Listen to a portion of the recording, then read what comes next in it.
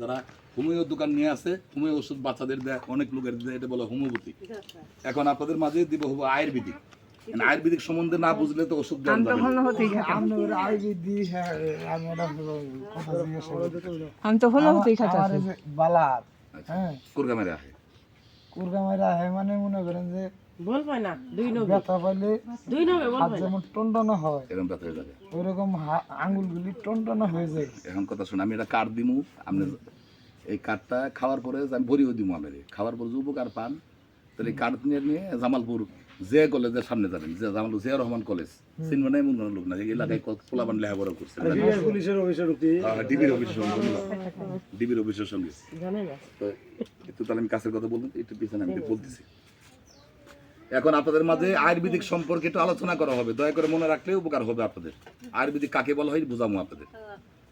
যেমন আপনারা রাত্রে 12টার সময় ঘুমাইছেন, হঠাৎ করে গ্যাস্ট্রিকের ব্যথা উঠছে, ঘরে কোনো ওষুধ নাই, স্যাক্লোবরি নাই, লসেটি নাই, রেনিটেট নাই, অ্যান্টারসিড প্লাস নাই, তাহলে গ্যাসের ব্যথা কমাবেন কোন গাছ দিয়ে?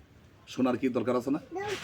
আপনার ঘরের ভিতরে যদি আদা থাকে, আদা, এই আদা করবেন কি টুকরা করে কাইটে লবণ দিয়ে ভরায় মুখের মধ্যে দিয়ে সাবাই খেয়ে 1 গ্লাস পানি খাবেন, 5 মিনিটের মধ্যে গ্যাসের ব্যথা কমবে।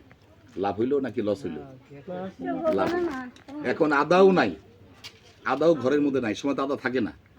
আদা যদি ঘরে না থাকে, কথা বলবেন না, আমি চলে যাবো তো সময় শর্ট জমগা। আদাও ঘরে নাই, আদা যদি ঘরে না থাকে তারপরে কি করবেন? আম গাছের কচি পাতা, এই আম গাছের কচি পাতা টান দিয়ে ছেড়ে পানি দিয়ে ধুয়ে ওই পাতা মুখের মধ্যে দিয়ে সাবাই খেয়ে 1 গ্লাস পানি খাবেন, 5 মিনিটের মধ্যে গ্যাসের ব্যথা কমবে। এটাকে বলা হয় আয়ুর্বেদিক চিকিৎসা। এখন আর ঠিক আছে বলি, যারা এই বিল অঞ্চলে যারা বসবাস করেন, গ্রামে যারা থাকেন, তাদের একটি সমস্যা দেখা দেয়। কি সমস্যা? উঠান ঝাড়ু দেন, গোবর হাতান, রোয়া ধান লাগান, এগুলা কৃষি কাজ করলে শরীর চুলকায়, যাকে বলা হয় অ্যালার্জি। এই অ্যালার্জির জন্য যারা সিনামিন বড়ি খান, পিনামিন বড়ি খান, হিস্টারসিন খান, ড্যাসলর খান, এলাক্টর খান, রূপা বড়ি খান, তারপরে চুলকানি ভালো হয় না। এই চুলকানি মহা ওষুধ কোনটা? এই রাস্তার সঙ্গে যে বড়ের গাছগুলো হয়, এই বড়ি গাছের উপরে একটা গাছ হয় লতার মতো, পেঁচে পেঁচে ধরে, এটা কি লতা বলে? বলা হয় আলোক লতা। ধন্যবাদ। এই এতগুলো আলোক লতা নিয়ে আসবেন, নিয়ে আসার পরে ছাঁচা দিবেন, চাপ দিবেন, রস বের হবে, এই রসটা রোদ্রের মধ্যে বসে থাকে, শরীরে লাগাই দিবেন, রস লাগাই দিবেন শরীরে, লাগাই দিয়ে ঘোরাফেরা করবেন আধা ঘন্টা পরে আবার লাইফ বয় সাবান দিয়ে গোসল করবেন। এবার 3 দিন যদি ব্যবহার করেন, সমস্ত শরীরের চুলকানি ভালো হবে, অ্যালার্জি ভালো হবে। তাহলে কটা গাছে বললাম? 3টে। মনোযোগী না হইলে তার কি গাছের নাম কি? 3টা গাছ নাম হয়েছে আদা, আম পাতা, আলোক লতা। আলোক লতা। ধন্যবাদ।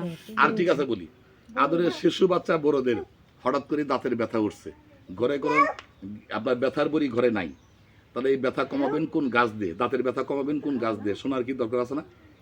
আপনার ঘরের ভিতরে যদি রসুন থাকে, রসুন, এই রসুনের একটা কোয়া বের করে ছাঁচা দিয়ে হেরে দাঁতের গোড়ায় ঢুকাই দিবেন, 2 মিনিট কথা বলবেন না, 2 মিনিট পরে কুসুম গরম পানি দিয়ে কুলি করাই দিবেন, 1 মিনিটে দাঁতে ব্যথা কমবে।